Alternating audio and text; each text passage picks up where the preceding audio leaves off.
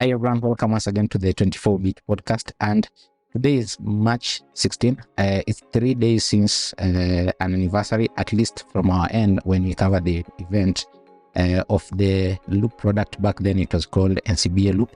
March 13th, 2017, we saw it, an announcement being made, and then a few days later, a week later, the product was made public and people could sign up and use it and all those things.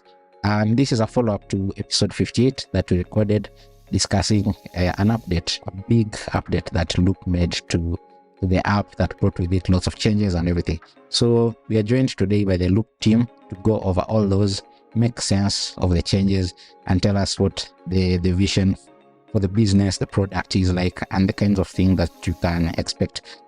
As usual, I'm joined by the usual suspects. Dixon Atieno from techish.com. And Nick and Ali from Tech Trends. And we have our guests. Before I get to them, I'm Emmanuel Chenzo. You can find all my ramblings at androidkenya.com. And I'll let our guests introduce themselves. We have two guests from Loop. Thank you, Emmanuel. Thanks for the intro. And actually glad to be having the opportunity to talk to you. My name is Eric Morioki. I'm the Group Director for Digital Business at the NCBA Group.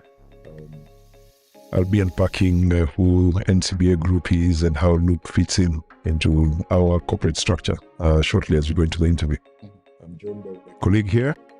My name is Jimmy Mwangondi, and I'm the Chief Product Officer at the Digital Business. Good. Thank you, Eric, and thank you, Jimmy, and welcome to the podcast. We do have quite a lot for you today. We're going to start with wanting to understand Loop, NCBA, that whole gamut. So we'll give it to Eric to just walk us through. If today you are a Loop customer, or if you are looking to join Loop, or whatever you've heard about Loop, or you just came because we've talked quite a bit about the new changes. If somebody was to ask you what is Loop, what would you tell them? Rich. I think I'll answer the question by talking about the business that is sponsoring Loop, the service. And the right place to start is by introducing ourselves as the NCBA Group, which is the fourth largest banking group in Kenya. Banking group because I said that because there's several businesses. And within the NCBA Group, we have a full commercial bank, which is the flagship of the brand, NCBA Bank. We also have an insurance business. We have an investment banking business. And recently, we actually did set up a fintech called Loop DFS Limited. It is this fintech that is actually sponsoring Loop, the service that we shall be talking about. A bit about the history of this digital business. We set up about 10 years back, initially as a B2B, business-to-business, value-added service partner to mobile money operators.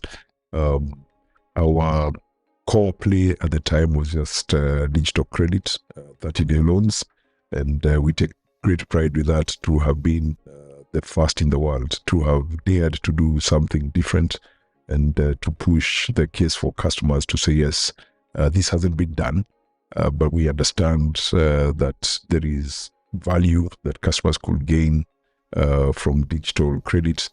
And the need, interestingly, had not been expressed in the way we solved it. How was that need expressed for very short-term credit, shopkeeper credit, Shylock credit? And when we observed what was happening at the time, this is back in 2011, 2012, you could see there is for smoothening of cash flows.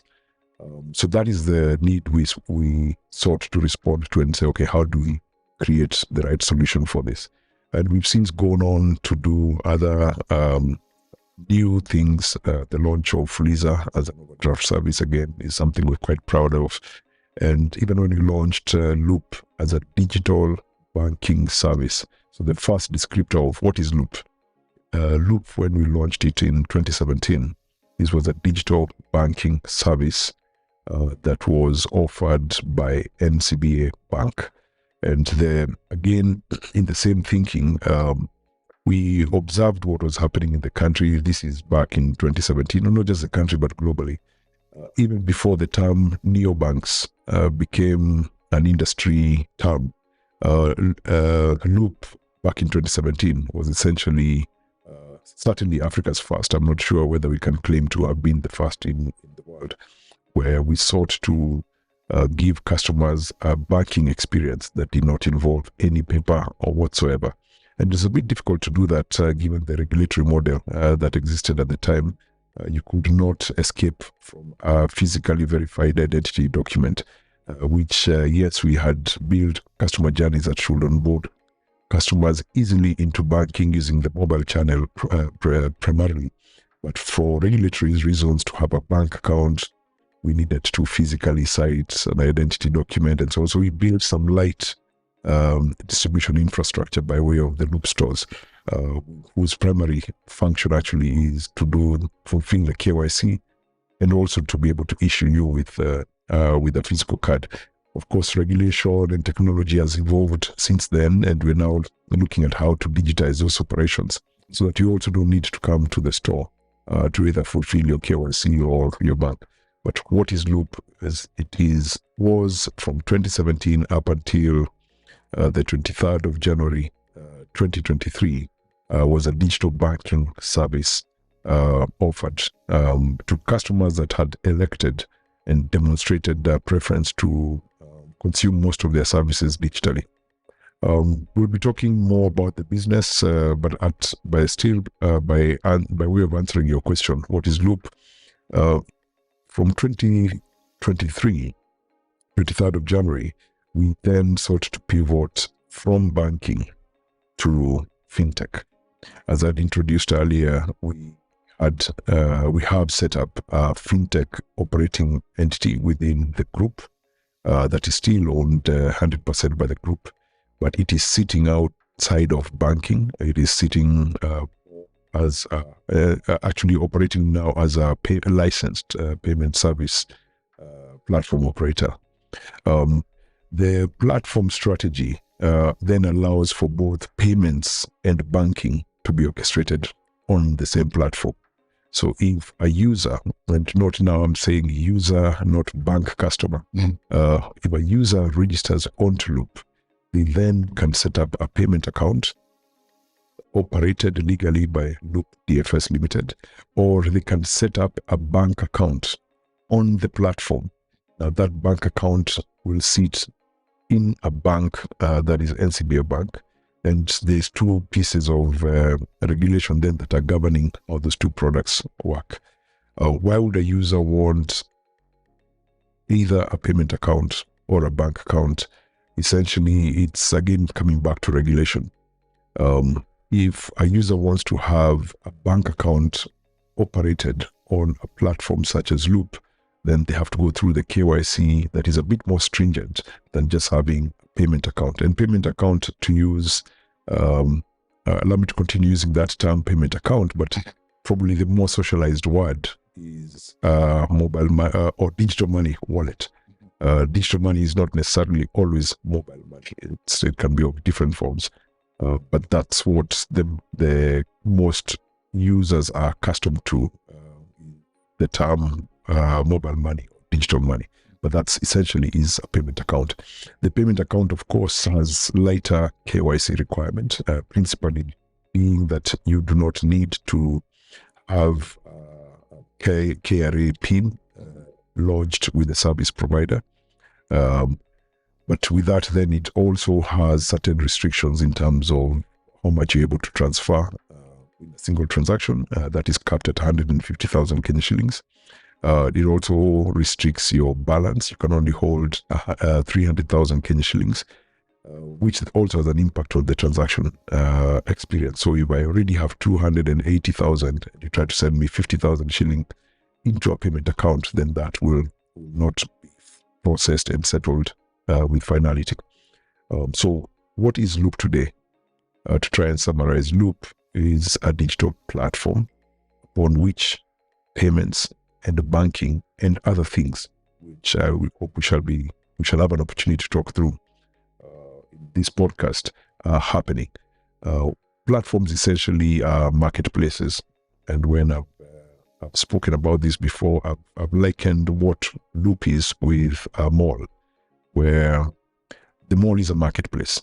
In the mall, there is various activities that happen in that mall, the core of which, for our digital financial services, we regard that as a mall. The core activity, the primary activity, is making payments to businesses and sending money to individuals. So that's like the anchor tenant. Yes, that's the anchor tenant. So if it was a mall, that will be your Carrefour or your Nakumatt, or basically the supermarket. But then beyond the anchor tenant that brings in most of the footfall, you then find there'll be other services that are offered on that mall. So you'll find a food court, you'll find a section where all the banks have been lumped together, you'll find a section where there is retail fashion, you'll find a section that has high-end fashion, you'll find a section with electronics, and the mall essentially provides a platform where sellers and buyers come to meet. Okay, the owner of the mall, in this case, the owner of the digital financial services platform, will also perform certain core services to ensure that the mall is able to operate efficiently and is governed well. So if in the analogy we're using of a mall, the mall operator has to sort out parking, he has to sort out security and those kind of things. So similarly with digital financial services platform, there are certain core services that the platform owner, now Loop DFS Limited, has to perform. Of course, notwithstanding KYC, security, integrations to banks, integrations to other payment networks and so on, so that the sellers and buyers then are able to efficiently transact amongst each other.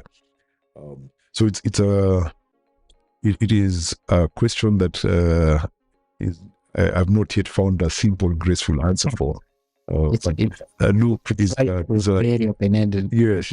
So I think we'll keep giving us different stabs at that definition, but one definition that probably is easier to stick is Loop is a digital financial services mall, anchored on payments and where sellers and buyers come to meet to exchange value. Okay, you, in your very long explanation of what is Loop, you've taken us back to the past and you've brought us to the present. Before I ask you my questions, I'd want to know, what is Loop's future? Oh, great time to ask that. So I think where we had, where that conversation had stopped, to say it's a digital financial services platform, has been pivoted out of banking and to now sit within a fintech. Fintechs are typically, particularly when you're thinking about customer experience, fintechs are typically far more agile than you find with banks.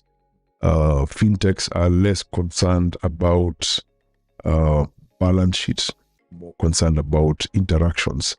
Okay, so you assess the success of a fintech by two metrics really: the intensity in terms of how many sellers and buyers you have on your platform, and the number of interactions happening.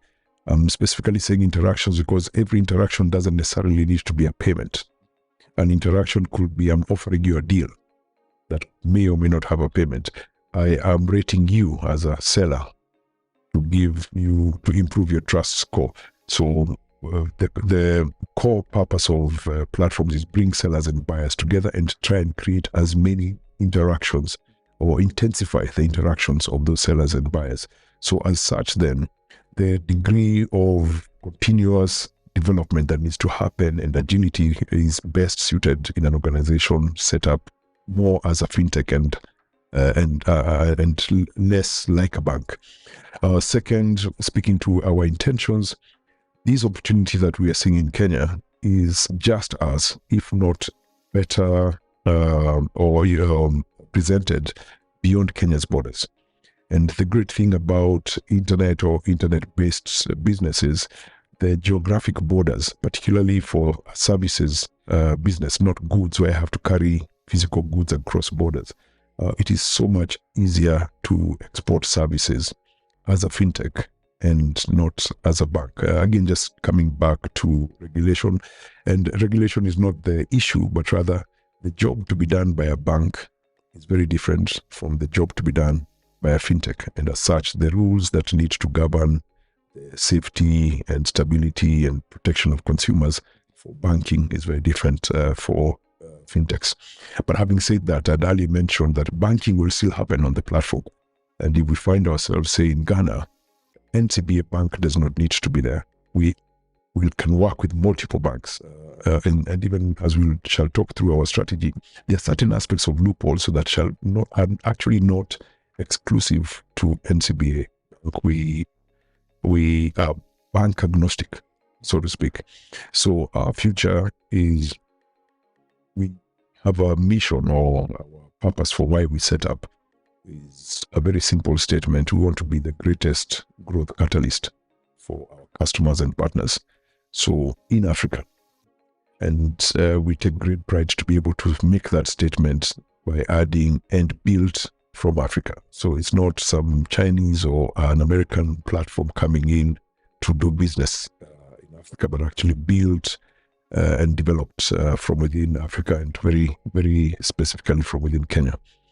So our intentions is to grow the greatest network of sellers and buyers and cause the greatest interactions of those sellers and buyers across borders, and to be able to organize information, create relationships that intermediate capital, so that those customers are also able to invest in their businesses, particularly the sellers, and grow.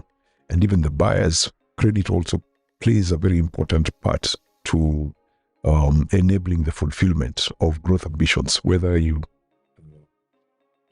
approach this as an individual or as an enterprise. So what we intend to do with Loop is to be the greatest catalyst for growth in Africa. Good.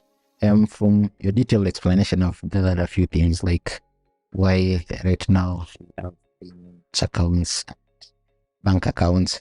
But that is to say, in a nutshell, from 23rd January to now, going to the future, for existing customers, they are seeing a brand new loop, like a new loop. And for newer customers, that's the loop that they'll start interacting with. Dixon will be walking you through some of those changes and then address them in their own context. But right off the bat, will you say, like, your outlook on the future is what has now informed the, like, there's a split in terms of how one interacts with Loop? Yes. Can come in, interact with Loop as an existing customer or as somebody who's in need of banking services. Can also come in and interact with Loop, someone who's in need of their services they've seen you advertise there. Is that what informs the split, or is it more like the regulatory angle or your outlook on the future? I think it is what we hope to serve customers, and rather, what do we intend to serve customers with? You have not asked the question, but I think I'll try and tackle this. The first thing that has changed, and customers have really called this out, the color is different, markedly different. And if we are seeking to be in the merchandising space, i.e. enabling transactions to happen both online and offline meaning face-to-face, then we also needed to think about a brand that is able to stand out a bit more stronger, a bit more energetically in the retail context. You look at most retail shops, whether you imagine a supermarket, PayPoint environment, or if you're walking into a convenience store, we needed a brand that is able to stand out. We have also expressed our Pan-African ambition. We also needed a brand that can be exported a bit more readily across Africa. And acknowledging that Africa is not one country, then it required us to make some tough choices that you cannot get everything right. You get some things right, some things wrong, or you'll please some people, not others. But you want to hope that you've been able to align with the significant majority. And that is data that is coming to us with regards to color. There's actually two different camps. Existing customers that were most engaged with Loop have given us the strongest feedback that we should not have changed. New customers who had not formed associations with the previous brand are actually quite happy and are giving us fairly positive feedback about the brand. But that is not to say that we only focus on the new customers, but to say, okay, what are these things the new customers are liking and are beginning to associate? How do we bring the customer that had loved the old brand? How do we create the proof points that yes, the color has changed, but we shall still be able to serve what the core of what you had liked about Loop. We will be able to come back and hopefully win back these customers with regards to brand.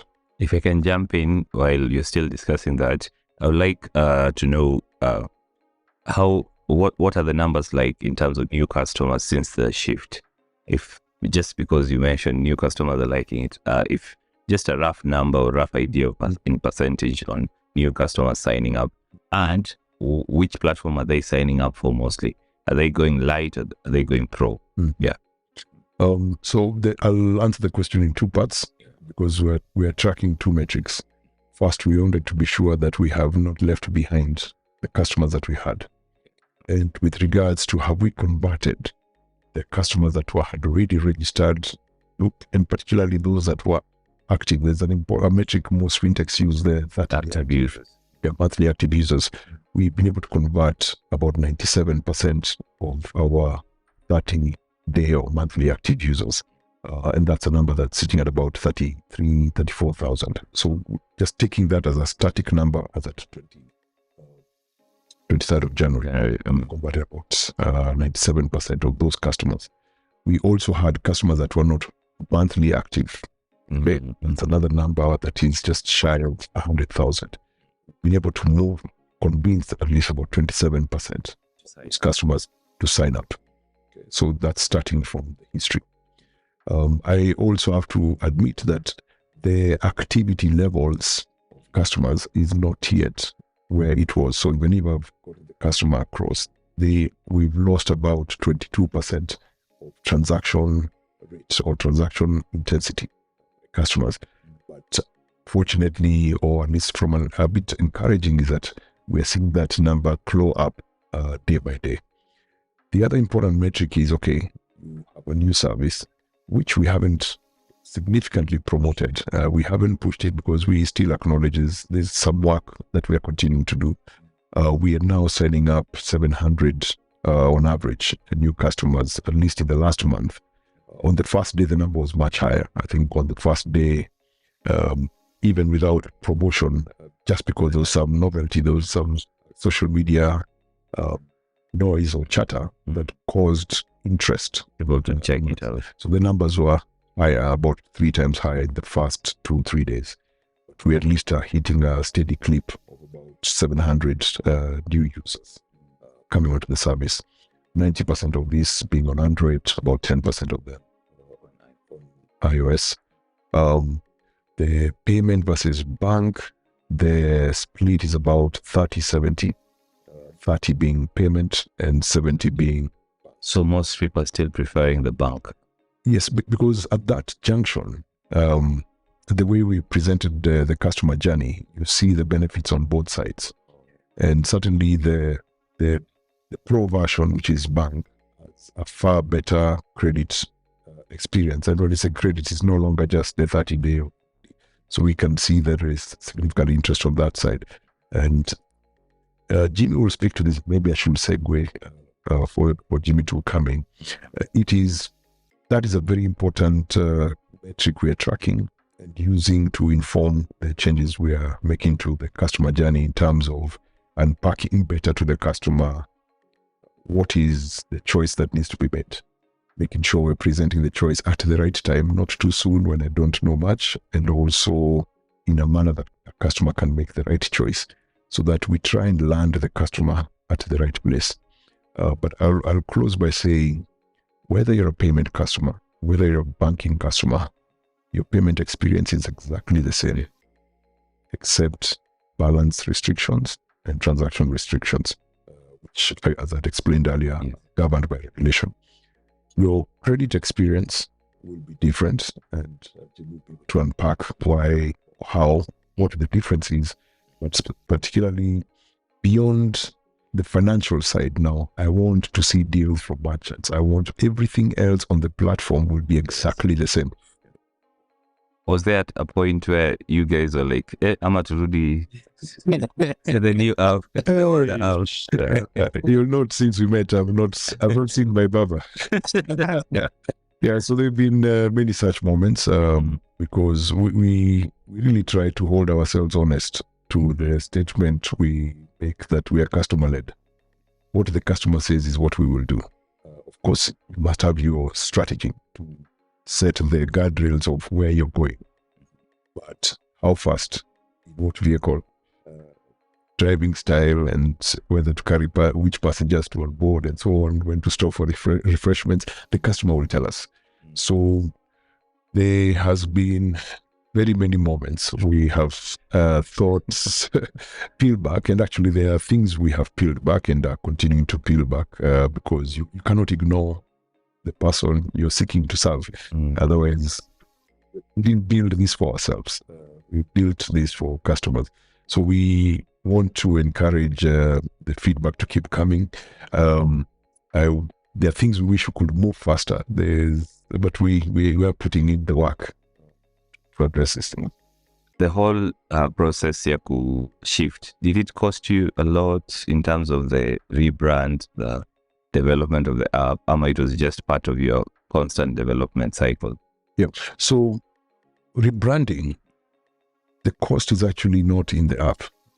It's just changing Pantone codes. Okay. Change from teal to orange. Rebranding is the work we are yet to do. To now push, promote, socialize the brand in marketplaces. And the brand is not just color, it's experience. A brand is the proof points, the promise we have made. So we expect and have put aside our gunpowder for that. So brand building is never an one-off. Yeah. I also wanted to say it is never an inexpensive exercise, but you need to build the brand. So we are well prepared for that. Okay. Now, talking about the brand experience, there's something you mentioned, the loop stores. There's a way in which they're very different from your traditional bank branch or a branch or that kind of thing. That speaks to, at the start, there was a certain vision or you are looking at a certain clientele. Are you able to tell us, like, it's not just an online friendly person, but who exactly does Loop target? So from a customer persona perspective, Loop targets banked customers, and that's why we say that our platform is bank centric, but bank agnostic. So when Eric was talking about the fact that there's some certain offerings that we can work with banks beyond NCBA Bank, that's the bank agnostic part of it. But the bank centric is essentially a customer who's a banked customer. So that's the profile of customers that we're targeting. And just going by history, when we launched the first version of Loop, I think the feeling that came out of the market was more a young, hyped a kind of customer. But once we hit the market, the customer that we encountered was actually a different brand from the one that we sort to serve. And this sort of experiences and the feedback that we've gotten from the first part of that journey is what has informed us now to segue and put a lot of focus now on the banked customer. Maybe I can extend that answer by also saying, when you look at the demographic profile of the country, Kenya, Africa is a fairly youthful country, but youth is relative. From where I start, I like to think I'm youthful, but I've crossed into my late 40s, and I will regard myself as youthful. But we launched, and actually, we had said earlier, we're on Loop Release 3. Loop Release 2 actually sought to try and align ourselves to the customer that had come in. The customer that came in, average age was at about 34. About 60% male, 40% female. And that is the profile of customer. If you were to find a midpoint, that's the demographic you'll find. But we are spanning anything from 18 years all the way to 70 years. But that curve is very representative of the country. If you were to take the country's population from age 18 upwards. Interesting. I remember when I Loop first went live, there's a tagline you guys were using about, unbank yourself and all that. And I think looking from, where you come from until now, of course, this change, of course, the customers said so much to say about the new Loop and all that. They're talking about how now Loop is now building a super app and all that. So maybe just this would be the right time for us to talk about, the new Loop, right? So when we've seen you introduce a lot of new features, maybe now Jimmy can actually jump in on this. There's about linking bank accounts, linking cards on Loop, of course, managing and redeeming accumulated Loop points and all that. So maybe just Jimmy, just take us through the new Loop, the new features we are getting on the new Loop. Yeah. Jimmy, may I just speak to unbank yourself? Well, sorry, it anchors to where we are going. Yeah, so when we launched Loop in 2017, unbank yourself, the message that our target audience was signaling to us is, I don't like banks, but I still need to do banking. So okay, unbank yourself. Let's give you an experience that is unlike banking, but you still fulfill your banking commitments or responsibilities. And the pivot we are now taking is anchored on to find a central organizing idea is smart money, different from unbank yourself. Jimmy probably then can unpack what this platform is for that idea of making your money smarter. Yeah, so to piggyback on what Eric had spoke about as far as business change was concerned from a banking platform into a digital platform. How we see the digital platform is a mall concept that he spoke about, that we see buyers on one spectrum of the platform, and then we have now sellers on the other spectrum. Yeah. Now, to personify this, the way we've built the platform is, first of all, we have a consumer offering that targets consumers, which is what we launched on the 23rd. And then now we have a merchant as another key stakeholder in the business that will also be launching very soon. And then developers as another stakeholder now who comes in to extend and bring in more value and experience within the platform. Now, by the fact that we're being customer-led or bring this concept of a customer-led approach into the business, is first of all the onboarding process that we want to build is as seamless as possible. And then once we've onboarded you, we now jumping into what we are calling the smart wallet here. And what is this construct of a wallet here? So it's essentially if you pull out your wallet from your pocket here, you'll see cash, which is what we are calling the accounts. You'll basically see your cards, and your cards will be from multiple banks, not just one bank. And that's the same approach that we are bringing into the consumer platform. There'll be IDs, could be a national ID, could be your driver's license, could be a medical IDs, and so on. So that's how we are starting with the wallet construct here. So at the account level, we spoke about the notion of a payment account for the customers who've not furnished their KRA PIN. And then now we have the bank account here for the fully KYC customers or customers who've been able to furnish their KRA PIN. And now once we have that smart wallet, now coming now into the payment part of it here, we allow you to send money, and you can send money through Loop. You can send money through mobile money. You can send money through the the banking rails. You can PesaLink, and you can also be able to send money through cards. You can now also be able to pay bills, and you can pay to a mobile money till. You can pay to a Loop till, and then you can also be able to pay through a QR. Now, to go beyond that and to make the experience more stickier, there are those type of bills that are recurring payments. So like your electricity bill, your internet bill, because it's the same merchant and typically the same account. So able to be able to set up those bills on your platform, and so that you don't have to have this activity of pulling out your phone, selecting the merchant, the amount, because same merchant, same account, and in some cases even same value. Yeah.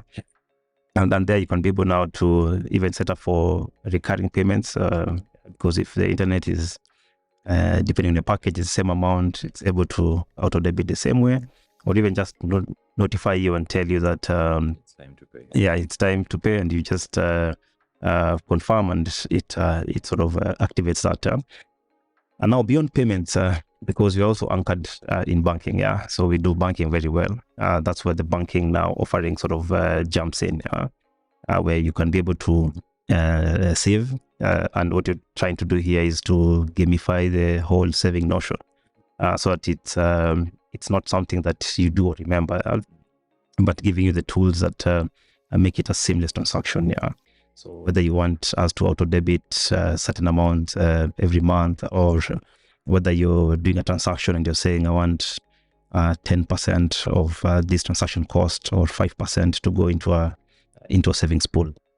And then on the investment side, in the previous platform, I remember the Loop Invest, but we are blowing that out of the water into giving more choice, so that if your investment strategy is that of you're taking high risk, then you can have high risk instruments, from stocks to derivatives, and if you want to take a low risk approach, from infrastructure bonds to unit trusts, to rates and so on, so we'll be able to set up all those within that piece. So there's something that's coming with Amma, because I'm actually excited hearing about derivatives and stocks, but I can't see that as of now. Yes. So those are the features that are there in the roadmap. Yeah. But at least you're able to see what the vision is, what is there today, and how we plan to fulfill that delta. And then now we've in the concept of a mall, I think we've talked about it's not just transactions, but there's the aspect of engagement. So as a merchant, you have certain SKUs or inventory that you want to promote. So let's say you're a restaurant, there's a certain coffee that isn't sort of going as quickly as you want it to be. Then you're able to create deals and be able to promote this, not to everyone, but to certain customer segments or profiles that you're looking at.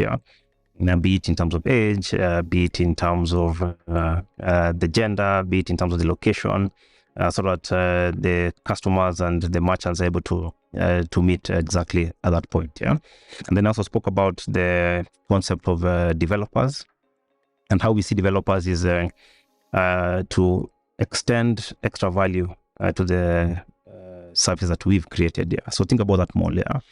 And the core is the anchor tenant who sort of come in. But there'll be smaller merchants that increase sort of value and selection with this mall that makes the mall more valuable. And that's the CVP you're trying to drive and push with our developers. So I've sort of spoke largely about the consumer part of it. But when you go into the and there's something that is very critical that I wanted to leave the last part, which is the credit part of it. So how are we seeing a credit? So we've layered credit into three parts.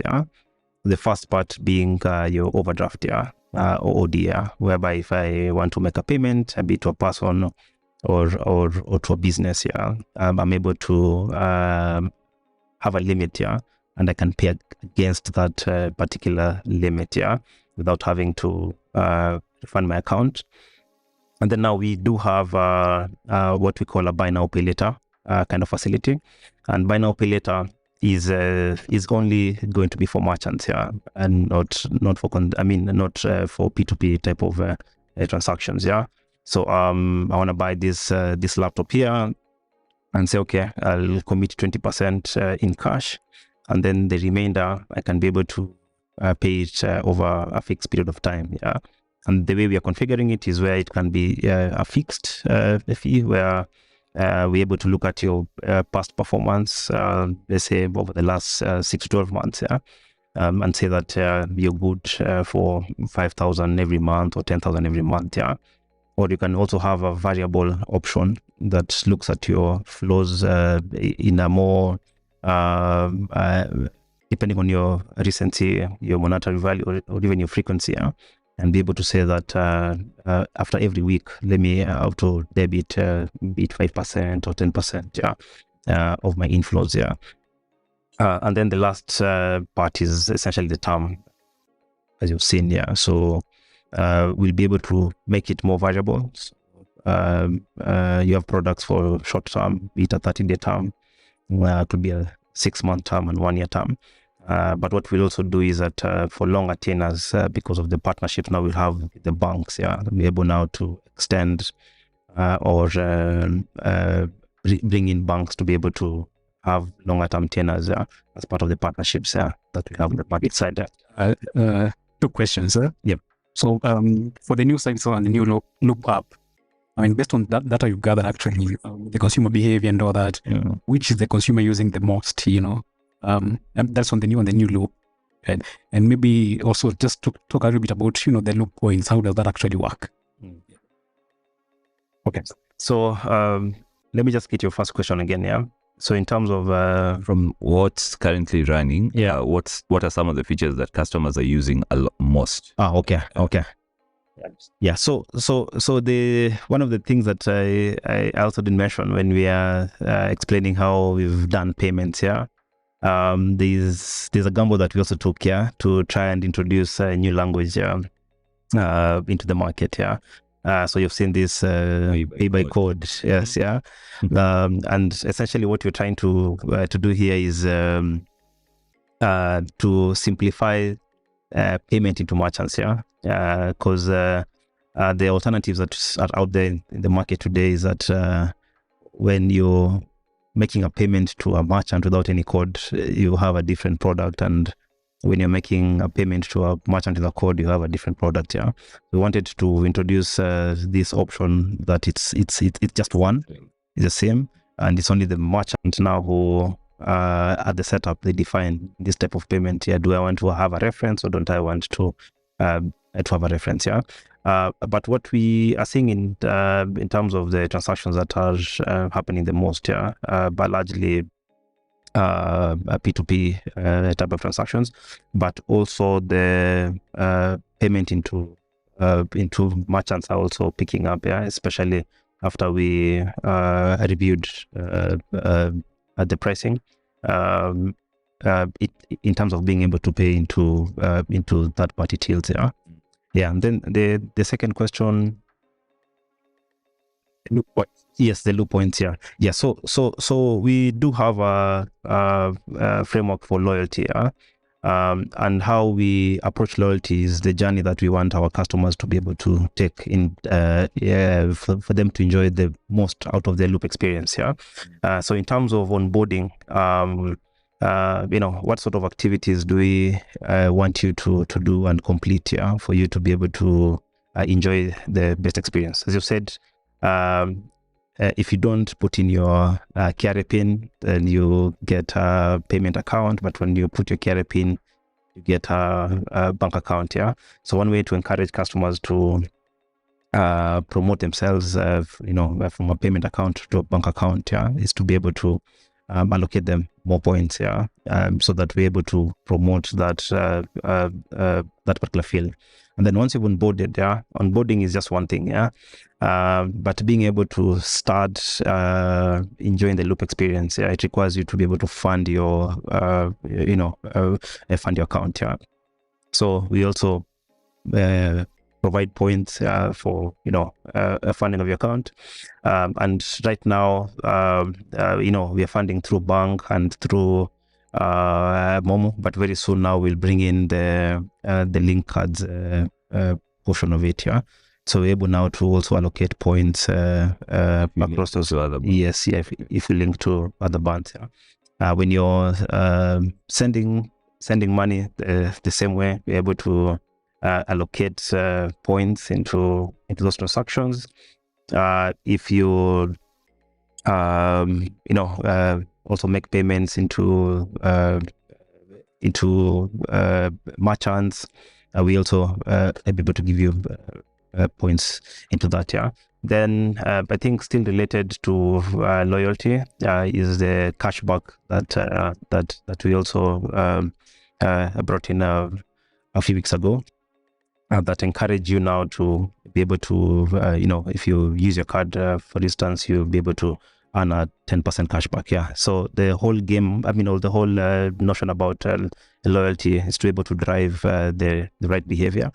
And when we come into subtle experiences, like when we talked about savings, yeah, and then we'll be able to drive that activity a lot more. But we also want to communicate to the customer, like how does your limit perform here? When I want to, to get a higher limit and enjoy the best out of credit, yeah, then we're able to communicate this through your behavior, and your behavior is largely communicated by the points, the loyalty points that you earn. Accumulated. Yeah. Okay, so for the next section, we're going to talk about you guys giving us some of the responses for some of the questions I raised on the last podcast. So the first major thing that was raised from the last podcast was funding your account and transaction costs. Over the last period, I think it's 4-6 weeks right now since that, we've seen changes from Loop in terms of payment and in terms of transaction costs. You can tell us some inspiration behind that, how customers have responded to the new changes, especially the funding of the wallet by M-Pesa being free and the new transaction costs that are matching M-Pesa or being at certain levels below M-Pesa rates. Yeah. Okay. So let me just start on the first question. Yeah. As far as the inspiration is concerned. Yeah. So I think we've double click on this part that we are customer led. Yeah. And we pride ourselves as being customer led.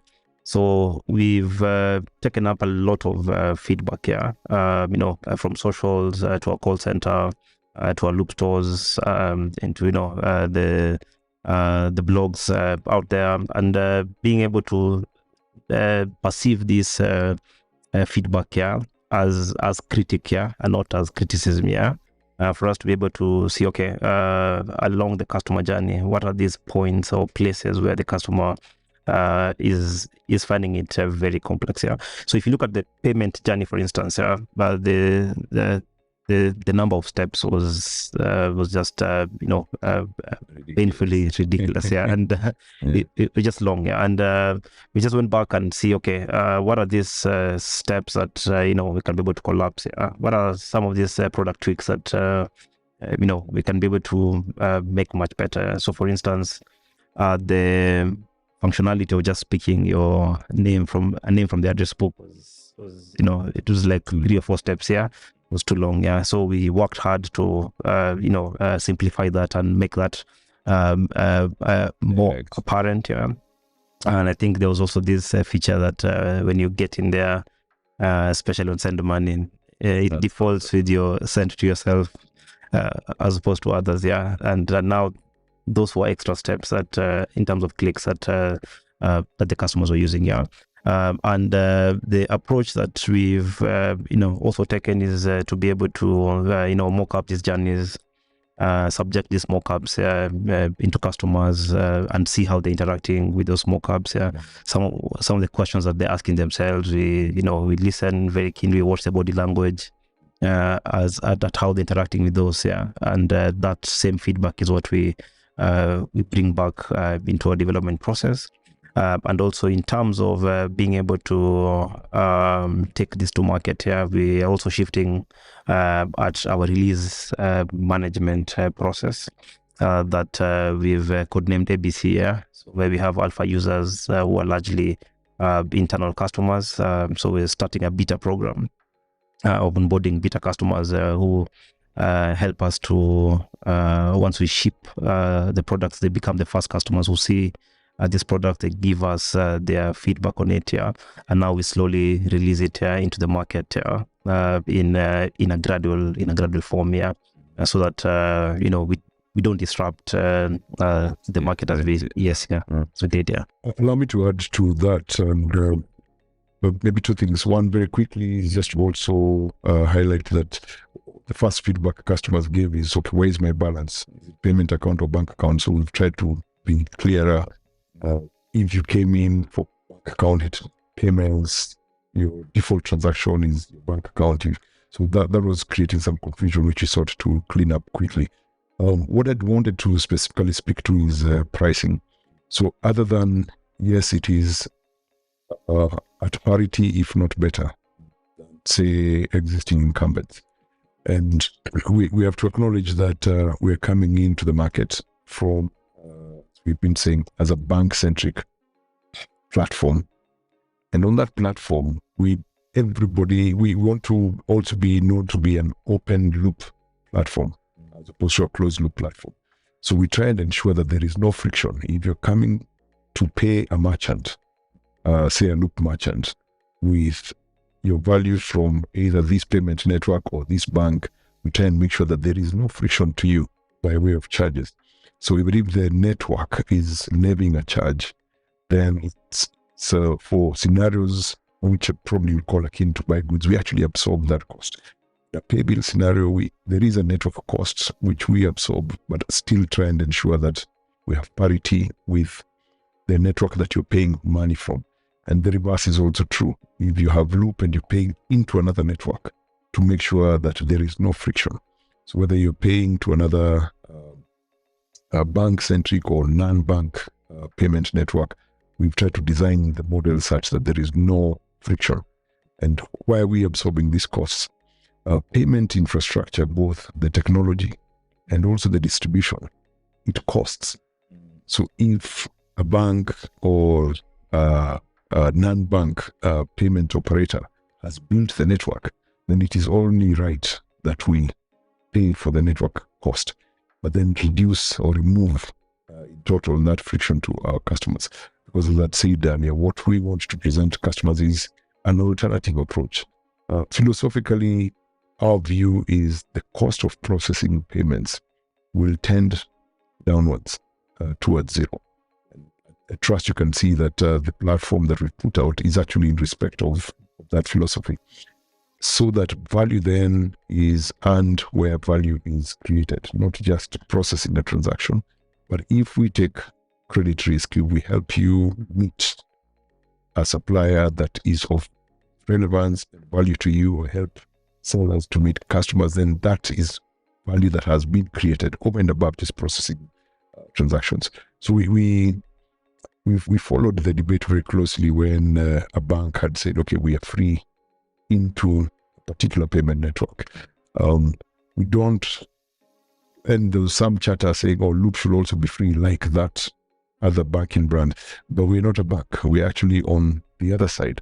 So if a customer of that bank was to send money into Loop, they would actually experience that transaction will also be free.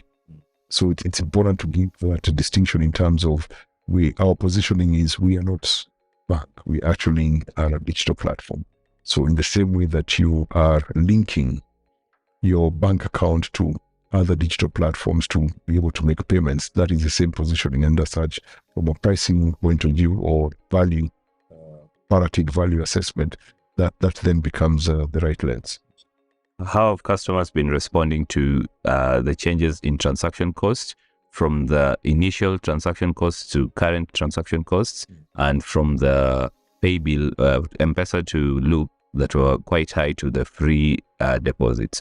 How has been the feedback from customers?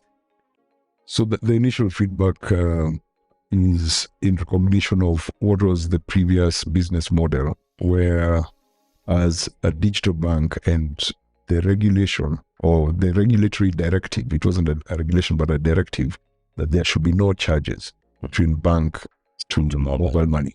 So we respected that, and that was what we executed, despite absorbing network costs. So those are things that we were incurring as costs, but not passing on to the customer. So that was peeled off, I think, on the 15th of January, the directive by the central bank. And our initial MO was then to say, okay, apply the cost as they are passed. So it was more of a pass-through cost. But then we said, okay, passing through the cost for the customer to absorb this cost fully, the signal the customer had sent during the COVID period is that costs matter.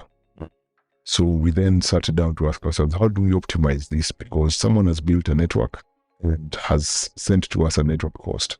We have built a platform that has a cost to operate and secure, but there's a customer also who is actually creating the value for all of us. How do we balance the incentives and the costs across all of these actors? And that's how we then revised our pricing structure, again being customer-led. And specifically, we've seen slump in transactions. One couldn't accurately attribute that, whether it is because of cost or whether it's because the UX was too new. So we believe both factors counted. With the continuous improvements we're making on the UX and the revision of our pricing structure, as I'd said at the beginning of the call, yes, we migrated all customers, but we had dropped about 22% of transaction intensity, and we're seeing that back up. You talked about very many features that are coming, including buying stock, derivatives, and all that. Can customers get a timeline of some of the things that they be able to do? And as you answer that, we have sections on the app that are still coming soon.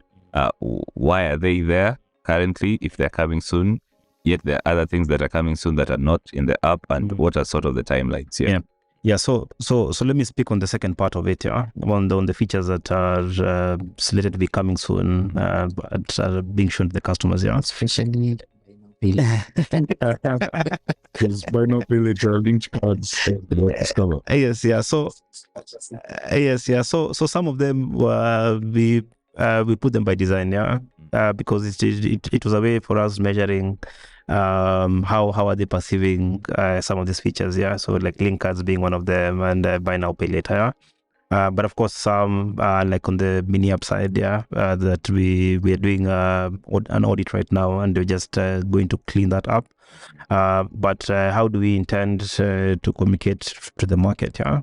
So there'll be some activity that will come, and you'll be able to see like what sort of features are we prioritizing, let's say in the next 3 months, and then so a way of just us communicating what our product roadmap essentially looks like, and what are those activities we have in the backlog that we think will be very useful to the customers. So that's one way. And then the second way is that program that we just mentioned, the ABC, where we have like a small beta test of users where we are exposing these features in pilot mode before we take them to prod. So customers should still expect to see some things moving out, some things coming in for the coming period. Yes. One of the things that I got feedback from both with the podcast and with the article is Loop was originally Loop to Loop free. Anything to expound on that a little? So I think just to buttress what Eric has spoken about here, that there's this infrastructure that we have to maintain, for us to offer these interesting features that we've talked about, and then if you also compare that to a lot of the competitors who are offering those services free, you'll find that it's roughly about 4% of those transactions are within the network, but big bulk of those transactions get out of the network, and those ones are still expensive. So what we want to do is to drive the conversation away from being a cost conversation to largely being a value conversation. So with all these features that we are bringing into the market, that the customer finds value in the cost structure that we've presented. I think, Dixon, it's important to buttress, because we have the mic in front of us, that two things. One, the free transactions we are seeing in the market are typically within banks. but even every bank will tell you more than 96% of their transactions are going outside. And those are charged at a much higher cost. You could do a comparative assessment of how banks are charging and how non-banks are charging relative to Loop. I feel fairly confident that we have tried to strike the sweet spot in terms of total cost of transacting. Over and above that, coming back to the discussion on the engagement campaign and how customers are earning points, the more engaged you are on Loop and you are progressing in your classification from an engagement level, you'll then find it's not just a better credit experience in terms of access to credit, but even transaction costs, to a point where our most engaged customers will, for various categories of transactions, will actually not be paying anything. So that is the approach we're saying, so that, as Jimmy said, it has to be an exchange of value. So first we said apples for apples. We think we have the best deal. But also, if you're more engaged than he is, you should actually have an even better deal. Yeah. So, as a customer now, you're telling me that if I keep at Loop, yes, I've been here 2017 to now, but if I keep at Loop, I might get not just vouchers and coupons, but better transaction rates. Better credit experience and better transaction experience. I wish we could look at my accounts. You just advance immediately.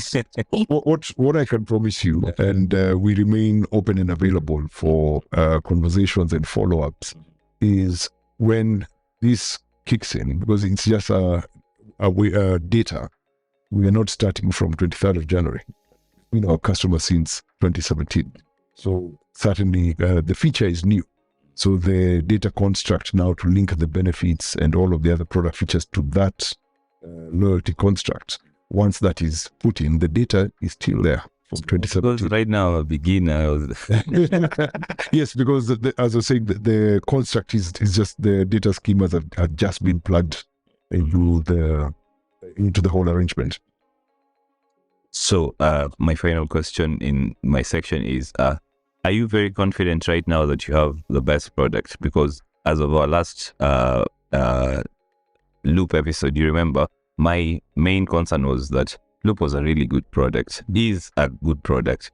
Are you confident that Loop as it is now, with the pricing, with the app, and with all the plans that you have for the future, is the best product for anyone who, whichever bank account they have, they can still have Loop and link their bank accounts? Yes, that's coming in future, but that's something that people will feel confident of using Loop as the best product for mobile transaction, money payments, all this stuff that they may need to do that are digital money led. Yeah.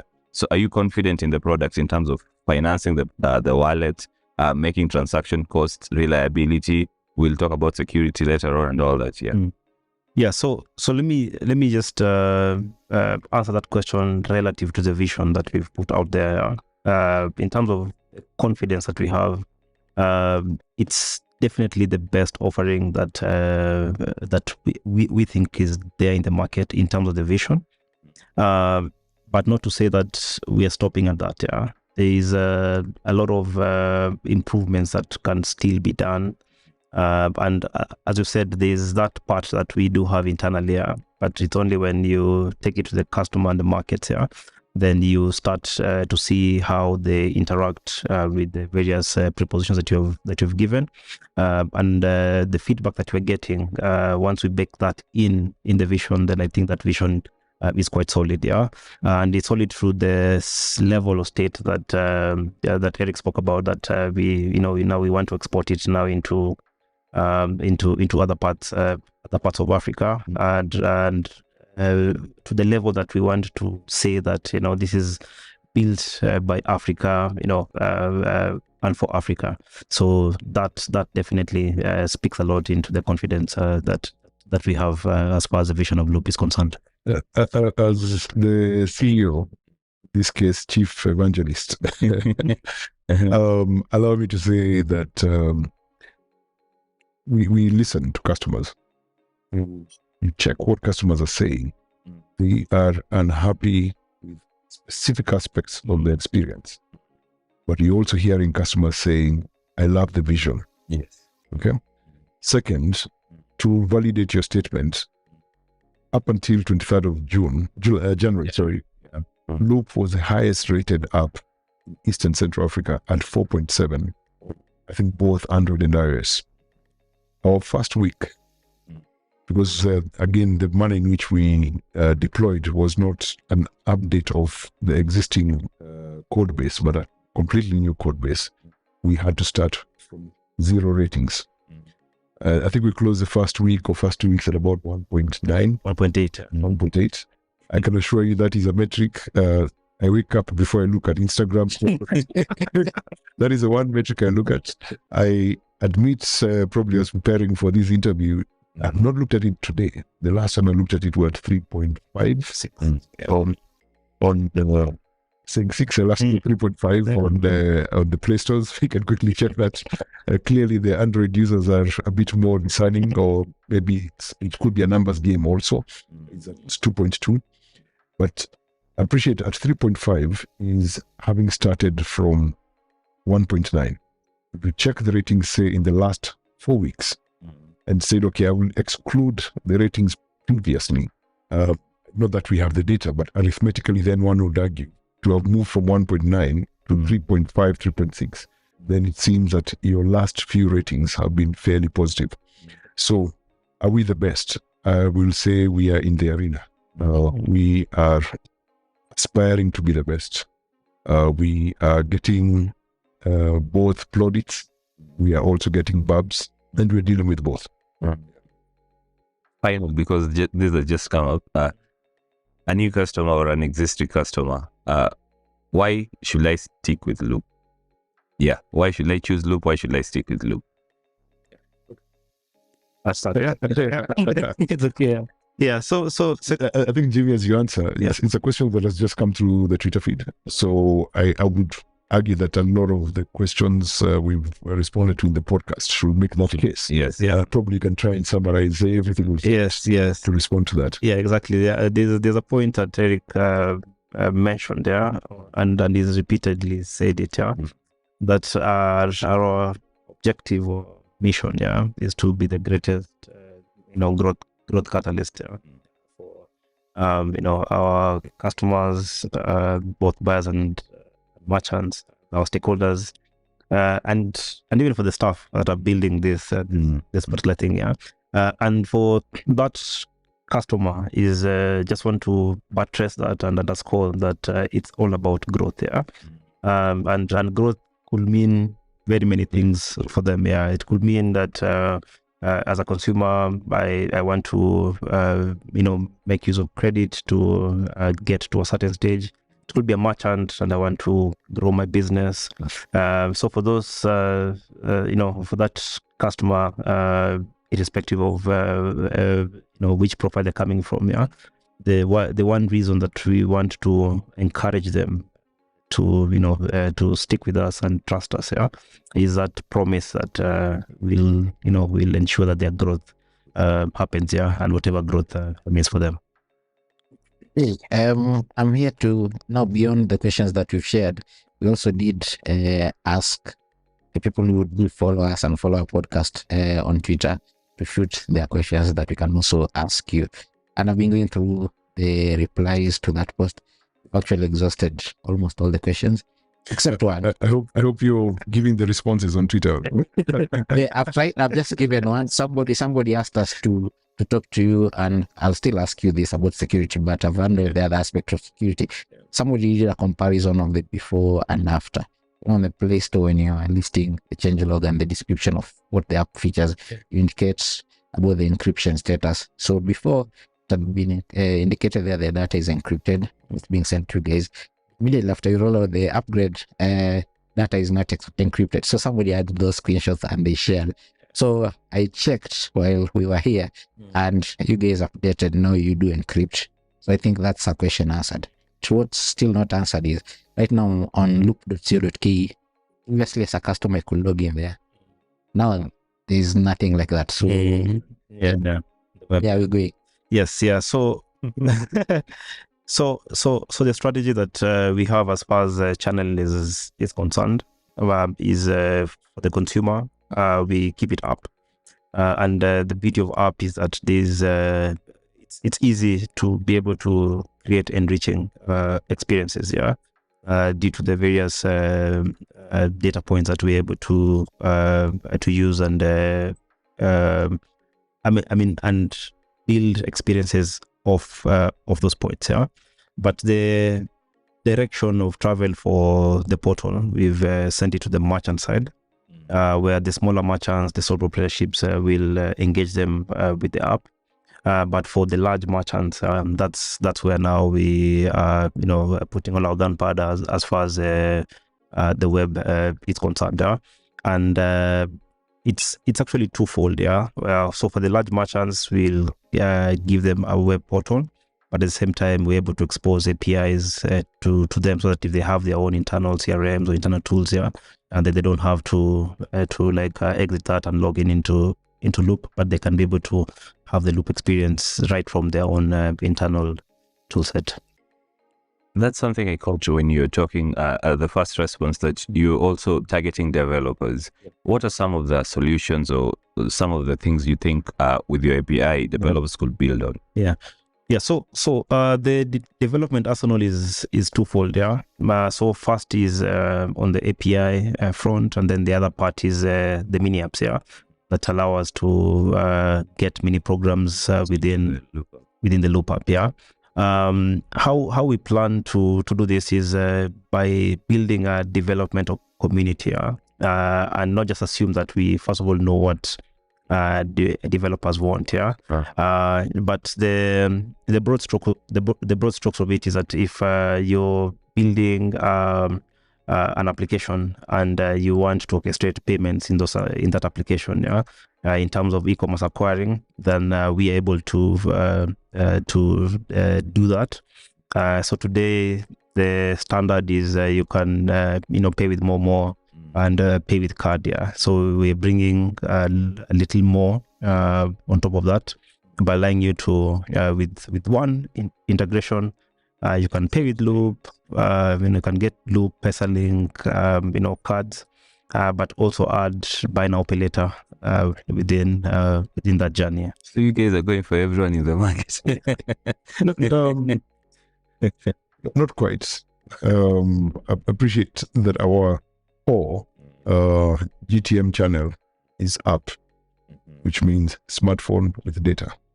There's already some selection there. A second, even though we think we have best price, our focus is more on best value. So again, we are looking at customers that are fast. I should have actually said this earlier. Fast customers that are bank centric. Then, so you're bank centric, you have access to a smartphone, access to data, but then also you are actually accustomed to more sophisticated transactions. You are asking us about derivatives. So that profile of customer has only been served up with P2P and C2B. And on the bank side, come and fill a form to apply for a loan or to make an investment. So it is that middle ground that we're saying, okay, can we sit in the middle there as an aggregator so that any banked customer does not need to change their banking relationship, but can come and benefit from digitalization of fast financial services and then two marketplace activities. I want to go back to the question on developers. What does Loop, the platform, offer? So other than the technical means of engaging with us, we've also organized our business model around ecosystems. So we have 6 focus ecosystems, one being trade, which is quite broad, and trade can be restaurants, can be fashion, and so anyone who is merchandising essentially.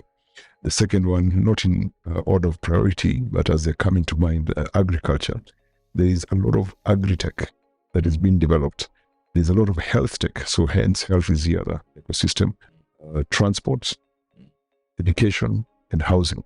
So if you're developing any capability or already have capability around education, housing, transport, retail, health, or agriculture. And you need certain core services that a platform should offer. What are these core services? 1, access to a market. 2, KYC and reg check, so that you find a customer's KYC is done. You don't need to build that. Regulatory compliance done. You don't need to build that. Analytics, so that it's not just KYC, but the customer is fully profiled. Depending on your intention with that customer, we can score for you your propensity for that customer or to fit to your intention. Yes. So again, we have a very mature data science practice that has now not just the data scientists, but the data science products and tools have been brought into the platform as core services. And then, of course, the financial services in agri, in retail, in health, whatever you're doing, there needs to be an exchange of value. So it's either processing of the payment. It could be in housing. I want to save up, or I want to enter into a purchase scheme that involves both savings and credit, the core engines for payments, savings, investments, credit. And credit really is where our big muscles are. That is where we are strongest at. So whatever you're doing in any of these ecosystems, these core services are already pre-built and found on the platform. And then, of course, now linked to payments is the gateway to connect to any payment network. So you don't need to build APIs for this network and that network and that network, whether it is Visa, whether it is PesaLink, whether it is mobile money. That there is a gateway that has already integrated to all of this. And as we've already demonstrated with the best fit for commercials. The final thing that is a platform offering to the developer is, as we move beyond Kenya, then you tag along with us. So if you have a solution that is relevant not just in Kenya, but can also be exported, we would also want to tag along with our developers into these other markets that we're going to. So trying to give it the perspective, not from a technical point of view, but commercially, why would a developer want to work with Loop?